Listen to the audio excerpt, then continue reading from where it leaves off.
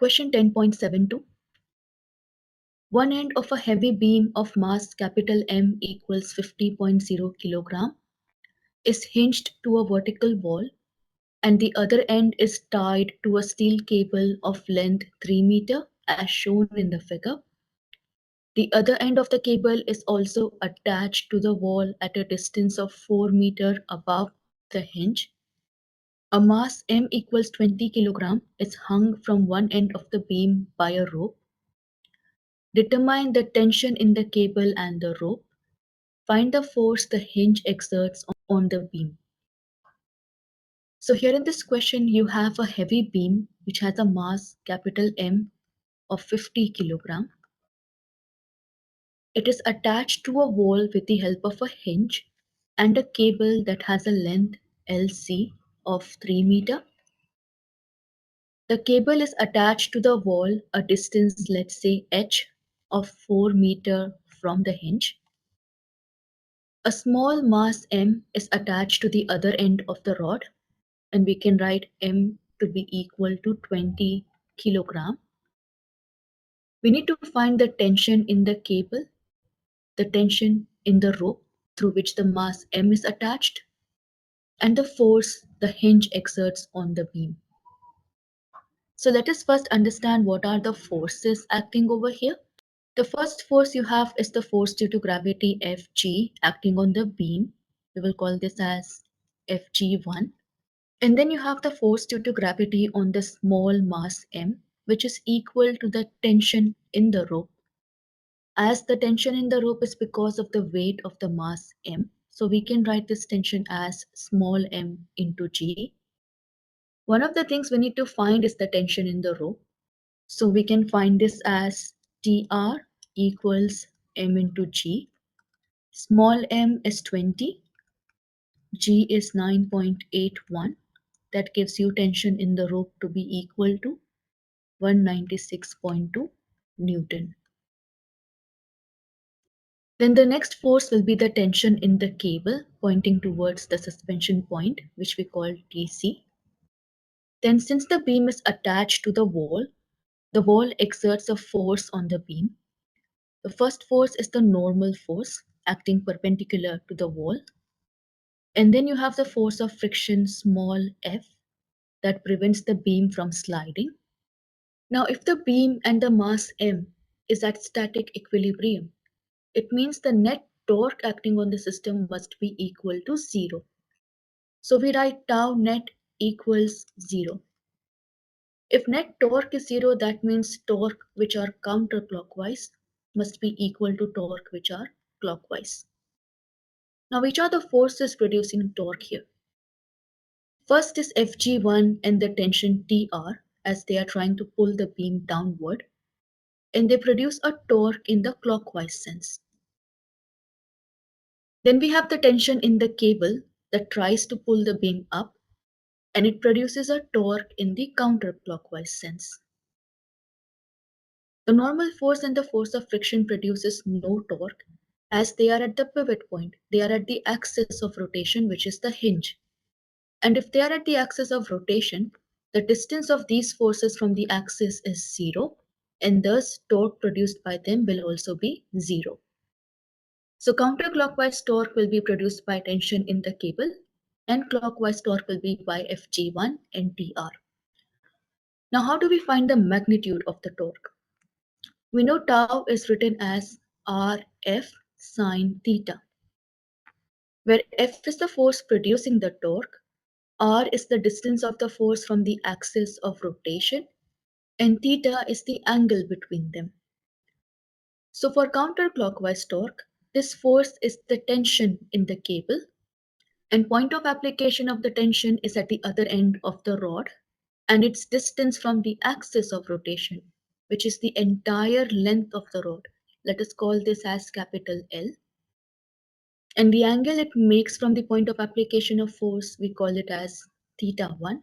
So we can write for counterclockwise torque as the distance r, which is capital L, force is tension Tc into sine of the angle theta1 equals clockwise torque is produced by two different forces.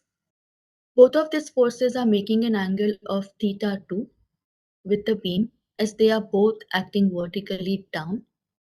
Distance of Fg1, which is the force due to gravity on the beam, is L by 2, which is half the length of the rod.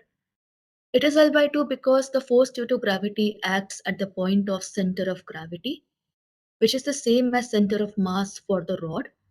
And for a uniform rod, the position of center of mass is at the center. Hence, this length will be L by 2.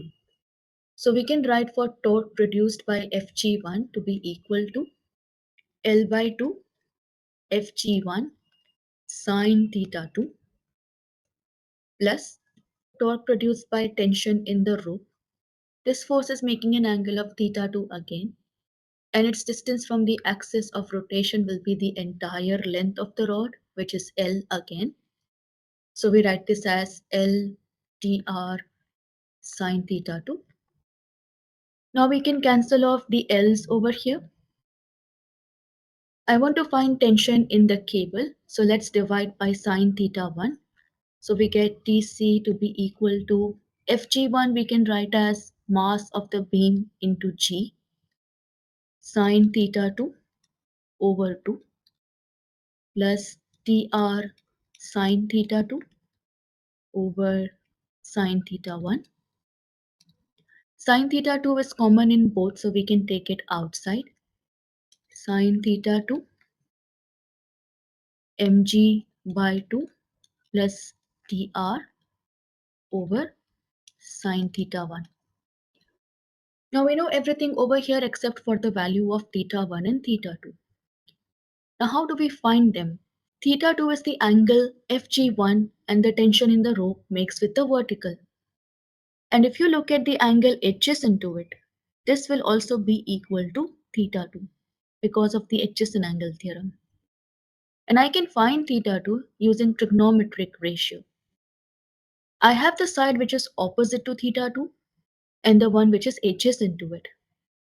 And if you have opposite and adjacent side, you can use tan theta. So we can write tan theta 2 to be equal to the opposite side over the adjacent side. Opposite to theta is 3 meter, adjacent to it is 4. And now we can take tan inverse of this to find theta 2.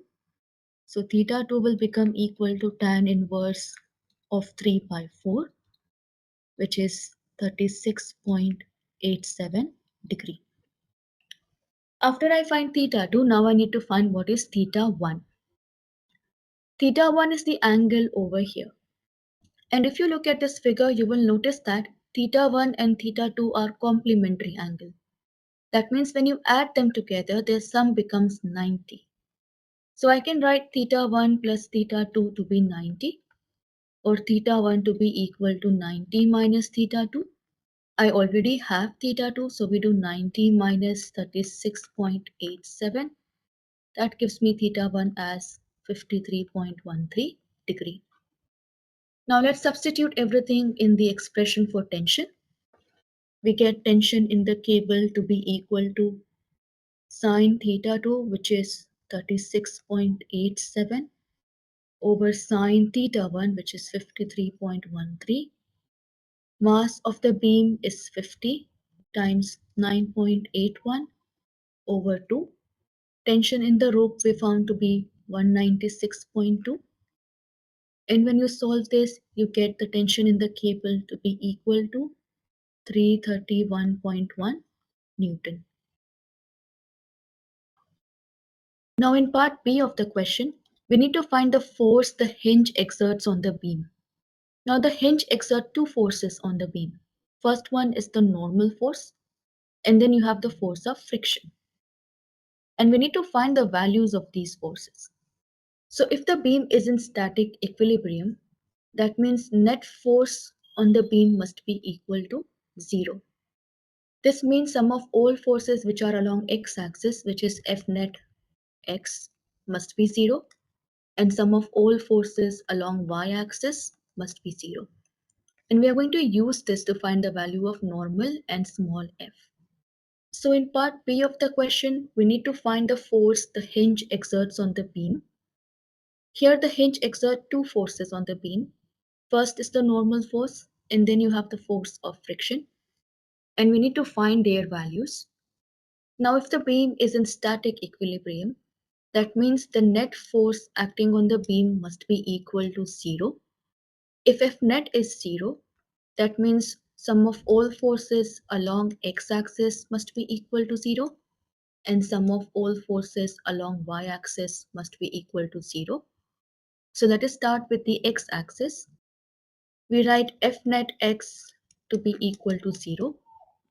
F net x is the vector sum of all forces acting along the x-axis. And when I say vector sum, we add the forces by taking their direction into consideration. And here we have two forces along x-axis, the normal force and the tension in the cable. So we write this as N minus Tc to be equal to 0. We take normal positive as it is going to the right, tension in the cable negative as it is going to the left. That gives you N to be equal to Tc. And tension in the cable we already found before, which is 331.1 Newton. Then we do the same thing along y-axis. I write F net y to be equal to 0. Again, F net y is the vector sum of all forces along y-axis. Along y-axis, we have three forces. Fg1 and T are pointing down, the force of friction pointing up. So we write small f minus Fg1 minus tension in the rope equals 0. So we get force of friction to be equal to Fg1 plus the tension in the rope. Fg1 is the weight of the beam, which we can write as capital M into G plus Tr. Now let's substitute. Mass of the beam is 50, G is 9.81, plus tension in the rope we found to be 196.2. When you solve this, you get the force of friction to be equal to 686.7 Newton, which you can round off to 687 Newton. So these are all the forces the hinge exerts on the beam.